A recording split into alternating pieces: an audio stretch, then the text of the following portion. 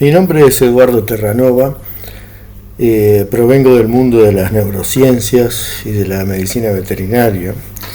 así como también de la gestión de transferencia de tecnología en el área de genómica y proteómica.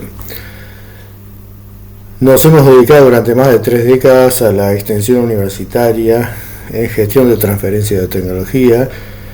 Nos hemos desarrollado en gestión cognitiva, sustentabilidad general y abordaje del uso racional de las tecnologías de la información aplicadas a nuestros ámbitos de aplicación cotidiana. En ese training y trajinar por el mundo científico-tecnológico,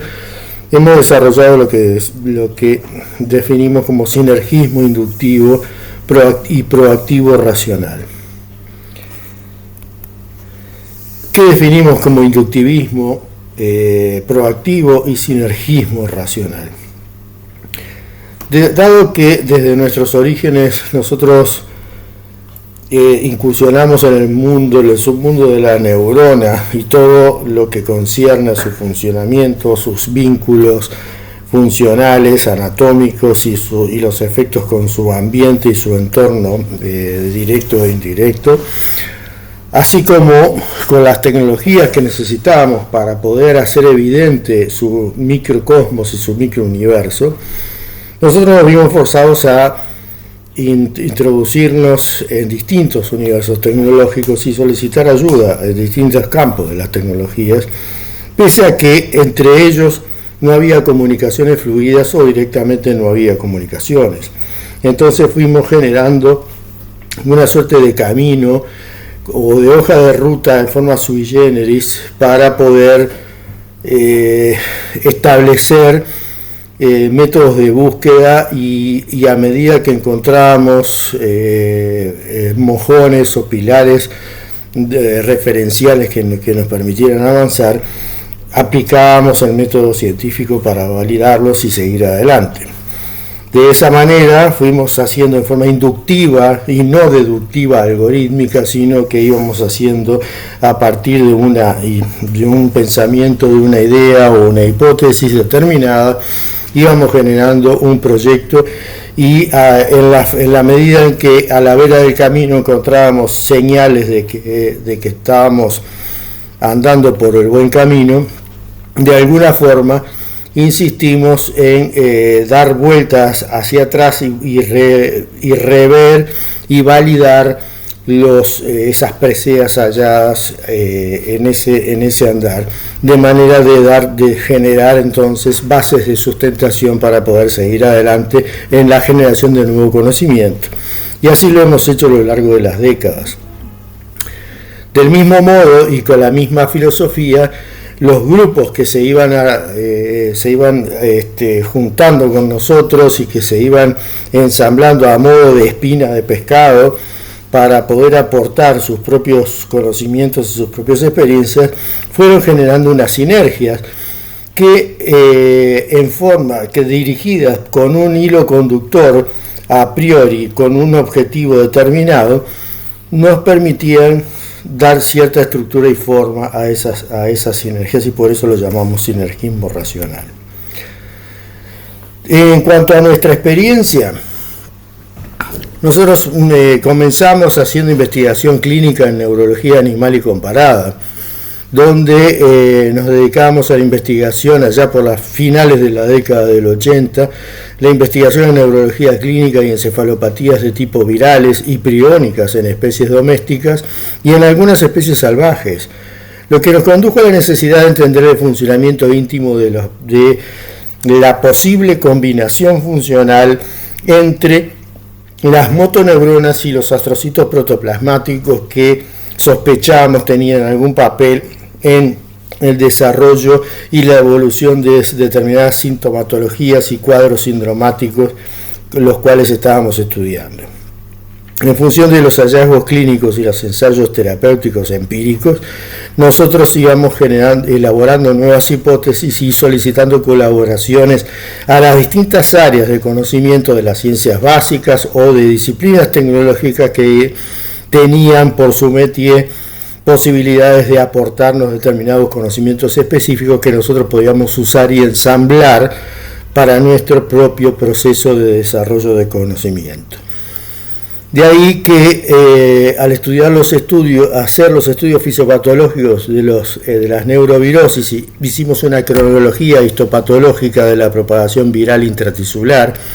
con la colaboración y aporte de varias disciplinas médicas, químicas y tecnológicas, y se logró de esa manera establecer un patrón histopatológico cronológico a partir del cual se ensayaron fármacos con potencial efecto inhibidor o bloqueador de receptores de membrana afines a los virus y desarrollando técnicas entonces técnicas propedéuticas y diagnósticas. De esta forma matábamos dos pájaros de un tiro, puesto que encontramos algunas respuestas a los mecanismos de propagación viral y por el otro lado encontramos también algunas soluciones terapéuticas para poder encontrar la vía, el objetivo que nosotros buscábamos en definitiva desde el principio. Esa integración de tecnologías y de saberes de distintos grupos que fuimos ensamblando en nuestro derrotero nos permitió acceder a formar parte del staff de una compañía que fue la que a la postre se encargó de desarrollar el proyecto global de secuenciación del genoma humano, hecho que fue un hito histórico de la humanidad desarrollado entre los años 99 y 2000 por los grupos del consorcio Celera Genomics y la compañía Applied Biosystems que lo ejecutó, dentro de los cuales nosotros formábamos parte. Abrió entonces la puerta para el desarrollo de actividades integrativas de tecnologías disímiles aplicadas a objetivos comunes, ya sea en la genómica, la proteómica y la metabolómica. Ahí logramos estar en el momento adecuado y en el lugar adecuado, donde ese hito de la historia de la humanidad nos facilitó y fue como haber sacado la lotería en el más amplio sentido de la palabra, puesto que esa circunstancia personal, la que nosotros veníamos trabajando, nos colocó, gracias a la necesidad científica que nosotros teníamos, en el punto adecuado y en el lugar y momento adecuado para poder hacer esa gestión y esa experiencia de integración de tecnologías que no se había visto anteriormente, puesto que cada experto tenía sus ámbitos de expertise en un ámbito determinado y no conocía el del otro, y no había habido posibilidad de generar interacciones entre los distintos ámbitos, ya sea del manejo de las proteínas, el manejo de tecnología de electroforesis en sus distintas áreas, el de tecnología de espectrometría de masas, de cromatografía líquida, gaseosa y iónica, y electroforesis capilar, así como también de tecnologías moleculares que llevaron a la postre a la secuenciación del genoma humano y posteriormente de cualquier tipo de genoma. Eso nos permitió desarrollarnos como extensionistas en gestión de transferencia de tecnología y hemos trabajado a instancias de Applied Biosystems en todo el continente, desarrollando proyectos para diferentes ámbitos de aplicación e integrando esas tecnologías que nosotros fuimos aplicando para distintas áreas que van desde la medicina veterinaria, la medicina humana, las ciencias agronómicas, el ambientalismo, la industria, las ciencias forenses y hasta tuvimos la oportunidad de hacer aplicaciones en el área espacial en la NASA. Esa tecnología nos ha permitido desde hace ya más de 30 años desarrollar nuestros propios ámbitos de trabajo que nunca fueron el desarrollar grandes consorcios ni nada por el estilo, sino que siempre nos mantuvimos con un perfil bajo, pese a que las compañías después fueron evolucionando y ya a esta altura se reconfiguraron en distintos consorcios y distintas compañías que ya se perdió incluso la identidad original. Hoy por hoy seguimos 30 años después con las mismas infraestructuras que contábamos entonces, con la diferencia de que hace algunos años ya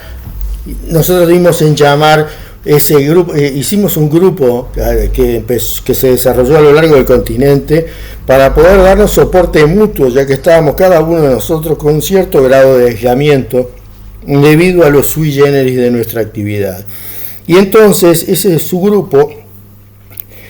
le dimos la forma de lo que le damos en llamar el Grupo Cuenca. Y el nombre proviene justamente del concepto de una cuenca natural, como si fuera la cuenca de un río, de un arroyo, de un lago, donde hay un ecosistema y donde cada uno de los sistemas intervienen de forma independiente con sus propios mecanismos de funcionamiento, aportando sus riquezas, sus valores y sus improntas para poder formar parte de un todo en forma no lineal y en forma compleja.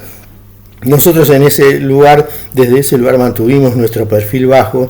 en lo que es nuestra segunda casa desde entonces, y mantenemos incluso aquellos originales equipamientos, como ustedes pueden ver, algunos de ellos, por ejemplo, un viejo cromatógrafo líquido que hasta el día de hoy funciona y que tiene más de 30 años de operación, que puede ser una pieza de museo en otros ámbitos, pero que sigue siendo utilizado y hoy por hoy lo usamos y no lo despreciamos, puesto que nos permite, en el momento en que la tecnología se ha desarrollado en forma masiva y que tiene la capacidad de colección masiva de datos y de procesamiento masivo de datos, también tiene requerimientos de la calidad de las muestras y la posibilidad de profundización en cuanto a la obtención de esos datos.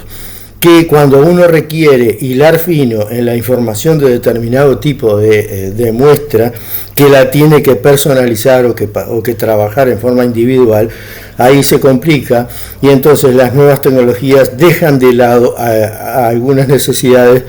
que dan la paradoja de que hoy por hoy, cuando las tecnologías que antes nosotros envidiábamos y cuando decíamos, antes buscábamos un faro que nos permitiera generar una luz para iluminar hacia dónde podíamos ir o en qué dirección podíamos transitar. Hoy por hoy ya no se busca un faro, sino que directamente antes íbamos a buscar una aguja en un pajar. Y para suerte o para desgracia la hemos sabido encontrar. Pero ¿qué pasa hoy? Hoy la tecnología permite desglosar todas las pajas de un pajar. Y entonces se llega a la paradoja de que cada paja se transforma en un pajar de datos. Y entonces estamos en una situación peor que antes, porque ahora tenemos una innumerable cantidad de información a la cual le tenemos que asignar un significado. Se invierte el sentido de la búsqueda, en el sentido de que ahora tenemos los datos y tenemos que saber para qué sirven. Antes no teníamos datos y teníamos que buscar ese dato en función de una posible función a la cual teníamos que ir aplicando. Entonces, por eso es que algunos equipos que todavía siguen, que incluso pueden parecer arcaicos, siguen siendo utilizados al día de hoy por nosotros y muy poca gente, puesto que nos permiten incluso preparar específicamente determinadas muestras para ser sometidas a las tecnologías modernas de nueva generación, que de otra forma no sería posible. ¿Quiénes forman el Grupo Cuenca? ¿Quiénes formaron inicialmente? Bueno, nosotros hemos tenido la idea de hacerlo y lo hemos llevado a cabo y tenemos el honor de haberlo creado y dirigirlo hasta el día de hoy. Luego el doctor Carlos Henninger, que es mi compañero de vida científica en este emprendimiento de la integración sistemática de tecnologías y es un mentor de quien habla en el área de neurociencias y es una autoridad internacional en el tema de enfermedades degenerativas a nivel humano. La hoy doctora biotecnóloga Silvia Vázquez ha sido un pilar en todo lo que fue el desarrollo y la aplicación de técnicas y los trabajos en el laboratorio y el desarrollo y la puesta a punto de técnicas específicas dentro del laboratorio a medida que íbamos trayendo diferentes áreas. Luego, Bernardo Veloc, el director del laboratorio de alquimia, uno de nuestros laboratorios emblema e insignia del Grupo Cuenca, analista de toda la vida, el doctor Ronnie Colanzi de Bolivia,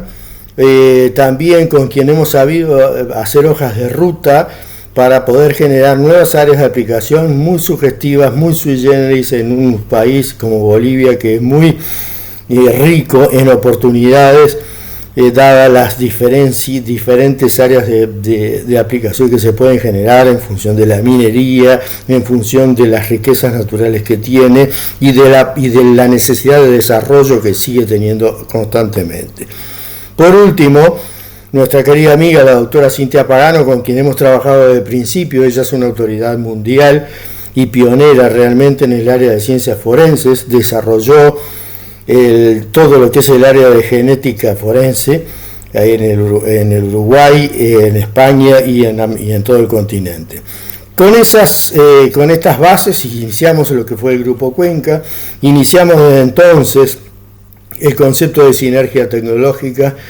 promoviendo la investigación, generando la comprensión de cuáles son las necesidades de los sistemas y de cada uno de los ambientes en cuanto a necesidad de recursos, de identificar los recursos disponibles, identificar cómo hacer para tener el mejor resultado dentro de esos recursos disponibles y generar los desarrollos de forma adecuada y sostenible. De los problemas que hemos detectado, uno de los más clásicos es la visión en túnel de las distintas disciplinas. ¿Por qué decimos la visión en túnel? Porque muchas disciplinas muchas veces van en las direcciones paralelas en busca de las soluciones para el mismo objetivo final, pero no se comunican entre sí o incluso están espaldas contra espaldas, mirando para el exterior de cada uno, pero no entre sí. No se entienden y no se comunican, lo cual genera un verdadero problema a la hora de tener que buscar soluciones integradas. Y esta misma situación genera también el mismo problema a nivel de las personas en general, puesto que la formación y la educación y la capacitación personal va con la misma tendencia de, entre comillas, de ultra especialización o pseudo especialización, que en definitiva va en contra de la ilustración y que remite a una capacitación específica para un método concreto y para una productividad determinada en función de las condiciones del mercado. Eso es lo que vemos el día de hoy y lo que hemos tratado de modificar a lo largo de todos estos años desde el ámbito científico, ejerciendo acciones de diplomacia científica, mucho antes de que se le nombrara oficialmente como tal. Lo venimos haciendo desde los 90 tempranos. Hemos tenido algunas cosas que nos enorgullecen y hemos hecho nuestros aportes, como por ejemplo haber introducido algunas tecnologías en el país y en la región, como por ejemplo la técnica de PCR cuantitativa en tiempo real o el Real Time PCR, que hoy por hoy es un gold standard en el diagnóstico viral. La introdujimos en el año 99. Haber diseñado la plataforma de genómica viral que se ha utilizado como plataforma de vigilancia genómica para la pandemia de SARS-CoV-2 en Uruguay, en conjunto con el Instituto Pasteur de Montevideo, la cual diseñamos e instalamos 4 años antes de la pandemia y hemos participado como tal en todas las pandemias que han existido desde los 90 en adelante. Es más, desde los 80 en adelante, si contamos algunas panzootias. ¿Qué es lo que buscamos? buscamos, y acá pongo un ejemplo, una evolución, dentro de lo que es la evolución entre mente y evolución de la mente y el humanismo como tal, bajo ese título que puede parecer muy ambicioso, buscamos generar ciencia abierta y ciencia contemplativa, que sea parte fundamental en la formación personal y formación de ciudadanía y de libertad responsable. No solamente un conocimiento específico y concreto de determinada disciplina científica positivista, sino saber que la ciencia es una parte discreta del conocimiento general y hacer entender que necesitamos de todas las formas de conocimiento para poder ejercer mejor ese mismo conocimiento holístico y esa misma contemplación del universo. Puse como ejemplo esta imagen, que es la imagen de un hiperdodecaedro, o sea, lo que sería una representación en 3D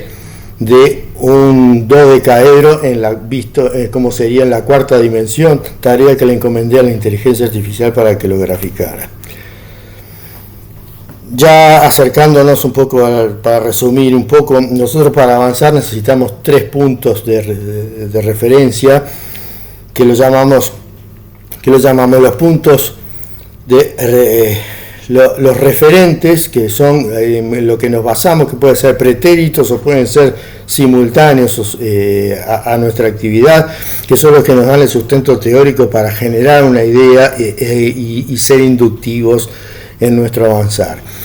Cuando encontramos preseas que nos permiten hacer anclajes o poder determinar y validar determinadas cosas, establecemos un anclaje como si fuera el clavo de alpinista que nos permite subir al nivel superior. Y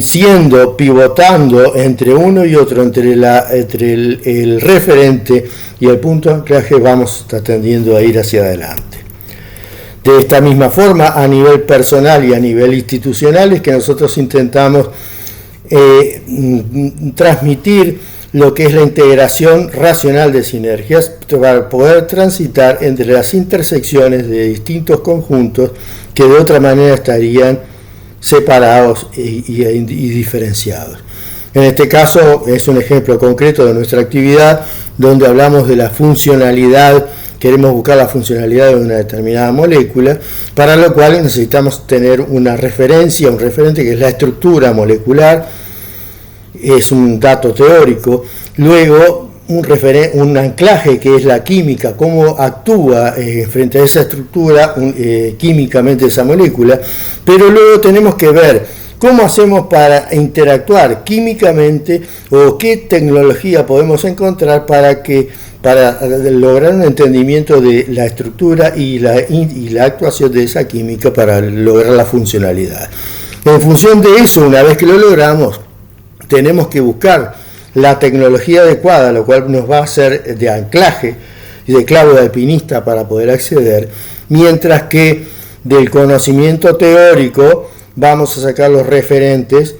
para poder hacer eso, el desarrollo. El desarrollo, que luego lo vamos a tener que hacer a escala, nos va a permitir acudir a usinas generadoras de conocimiento, que pueden ser centros universitarios o grupos de investigación, y vamos a tener que recurrir también a unidades ejecutoras que van a desarrollar las tecnologías adecuadas para poder aplicar este conocimiento a esto y entonces generar en la intersección lo que es la solución final que va a ser aplicada en el terreno. Eso lo tenemos que hacer en los distintos ámbitos, tanto sea de las personas como de las organizaciones. Es lo que vemos como dificultad en este momento. Y de estas dificultades y barreras, ya por último, tenemos que la división no fractal de chakras de conocimiento, que son discretas aun cuando sean profundas, es el principal problema que genera la falta de comunicación y el no avance o la ralentización de ese avance. La visión en túnel de las organizaciones especializadas es la consecuencia de esa división no fractal de las chakras.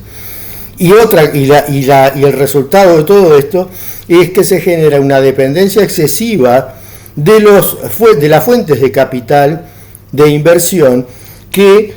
actúan como mecenas y que son los que van a financiar los proyectos de desarrollo cognitivo de las ciencias. Ahora, estas ciencias, como son cada vez más específicas, cada vez menos abiertas a otras áreas de conocimiento y cada vez mirándose a sí mismas como la única forma de abordaje de un tema, cada vez van a tener más dependencia de estas fuentes de financiación, que a su vez exigen, para tener menos riesgo, cada vez más antigüedad en el mismo tema para poder asegurarse de que van a tener el expertise adecuado y van a tener un retorno adecuado de su inversión. Ese círculo es un círculo vicioso que lo que hace es ralentizar el desarrollo y hacer un avance algorítmico deductivo y no excluyendo a lo inductivo y proactivo. Por eso es que nosotros hacemos énfasis en lo otro, sin despreciar lo deductivo y lo positivista. En eso estamos y nos ponemos a la orden para poder aumentar estas sinergias y hacer los aportes que sean pertinentes a esta altura del camino. Muchas gracias